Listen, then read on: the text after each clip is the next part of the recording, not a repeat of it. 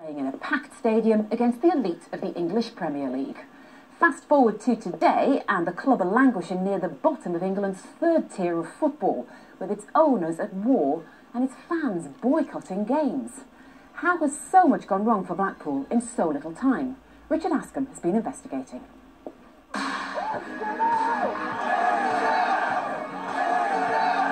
Conflict and controversy from top to bottom. Blackpool is a club in crisis.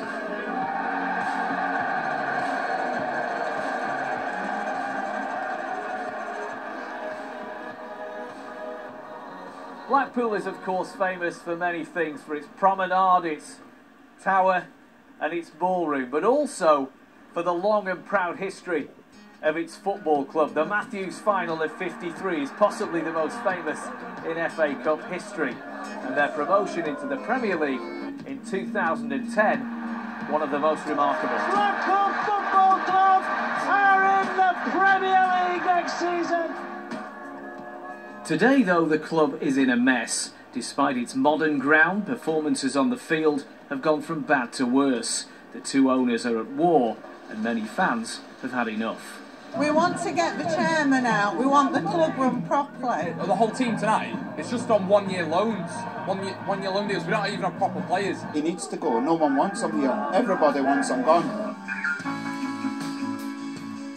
Money has long been tight at Bloomfield Road.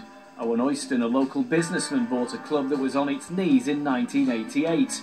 It was the Oyston family's money that kept the club solvent. And less than a decade later, his son Carl became chairman. Then in 2006, a Latvian businessman, Valeri Belakon, joined the club's board, and everything changed. Belakon went on to invest about £7 million into the Seasiders in return for a 20% share, plus a slice of matchday revenue. His cash was pivotal in helping Blackpool gain promotion to the Premier League in 2010, worth a jaw-dropping £90 million. We've been told that over half of that has been spent on players' salaries, more on tax bills, but controversially, much of the money went to companies owned by the Oyston family.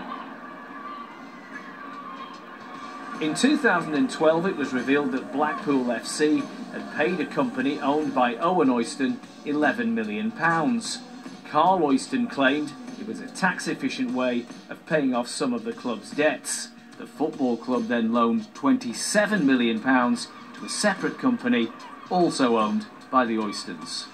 The family say that money has either been invested in the club or remains available to spend, a claim disputed by many fans who've seen their teams slide down the leagues. After just one season in the Premier League, Blackpool just missed out on a return 2 years later. But manager Ian Holloway's departure that same year proved a turning point. In the 3 years that followed, 7 managers have come and gone. But last season, transfer brinkmanship turned to farce, with only a handful of players on the books a fortnight before the opening game.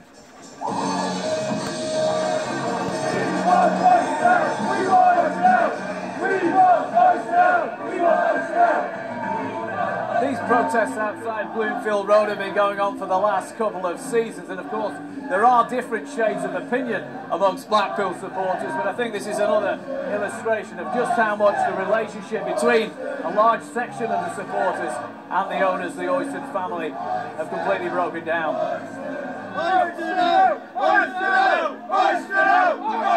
With Carl Oyston often portrayed, sometimes by himself, as the pantomime villain, football's most public fallout became intensely personal. Some fans, desperate for the Oystons to sell up, crossed the line with deeply unpleasant personal abuse aimed at members of their family. Carl Oyston sued and won compensation for comments on internet fans' forums. On the flip side, he was disciplined by the FA and in June was given a 6-week ban and fined £40,000 for sending abusive text messages to a supporter. Nobody from the Oyston family was willing to appear in this film.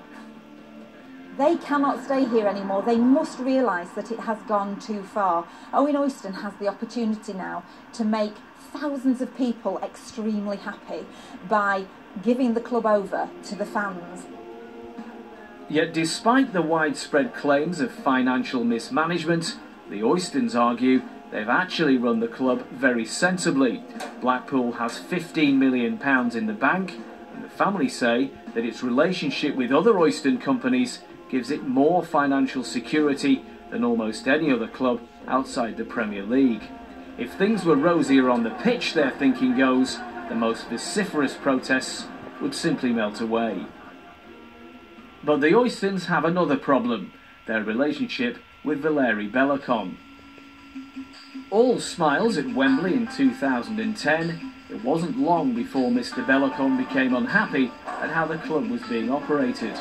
Last month he decided to sue the Oystons, claiming they haven't run Blackpool Football Club in the interests of all shareholders, only themselves.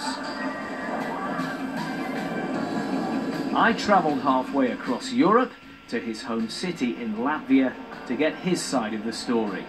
Valeri Belokon is certainly well known in his home city of Riga. He owns several companies, including an international bank, as well as other businesses in the media, financial and food industries. His wealth is estimated somewhere in the region of £200 million. But even so, why would he use part of that fortune to buy into a club like Blackpool? And what happens now? Well, in an extremely rare television interview, he agreed to talk to me about his plans and his office in the middle of the city. You obviously know about the inner workings of the club more than most people, and you know about your intentions and the Oyston family's intentions. Owen has in essence done a lot for the club in over 25 years, and I think what he really wanted was for his son Carl to continue to manage the club, and they would form some kind of dynasty of family members running the club. But it seems that he's taken over the love for money, not for the club. And do you hope that Valeri, that you will be the owner in, let's say, 5 years' time? I should be honest, I answer you honest. If you ask me hope, if I hope, I must something do in this case. And I'm thinking, and now I ask me honest, do я all, я делаю все для этого или нет? Do I do everything to achieve this or not? It's a question to me, but я бы хотел. I would love to. You mentioned if you were to put in further investment or possibly take over the club, you would like to do that with a local partner. Have you spoken to any potential local partners to do that? I'm not ready to tell the names, but I have indeed met local partners who, in my opinion, love football. We can work together. So these are local business people? Yes. With serious money? With enough money, because I don't know what it means serious. On the other side of the argument, 2 years ago, Valeri Belokon asked the Oystons to pay him £24 million for his 20% share. Judging someone's absolute intentions is extremely difficult, but I think it is fair to say that with documents I've seen, this does appear to represent a significant change of heart. We also understand that a German consortium recently approached Blackpool with a view to a takeover, and according to sources within the club, that fell down because of a lack of communication between Valeri Belokon and the Oyston family. Meanwhile, in July, Blackpool Supporters Trust launched its own £16 million takeover bid.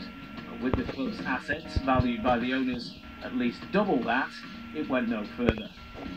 The situation is extremely distressing now for a great many people. For people who have supported this club for generations, to feel that we no longer even have a team to support properly anymore is just awful. Positions on all sides have become increasingly entrenched, and with what could be a bitter legal battle between the shareholders going through the courts, it's clear that there's likely to be a lot more pain before this club gets back to some sort of stability. As long as they go, who cares? It's like to get sold down. Who will buy it? We should let BST buy it. We've gone from the Premier League and we're going down to the bottom division, and it's got to stop.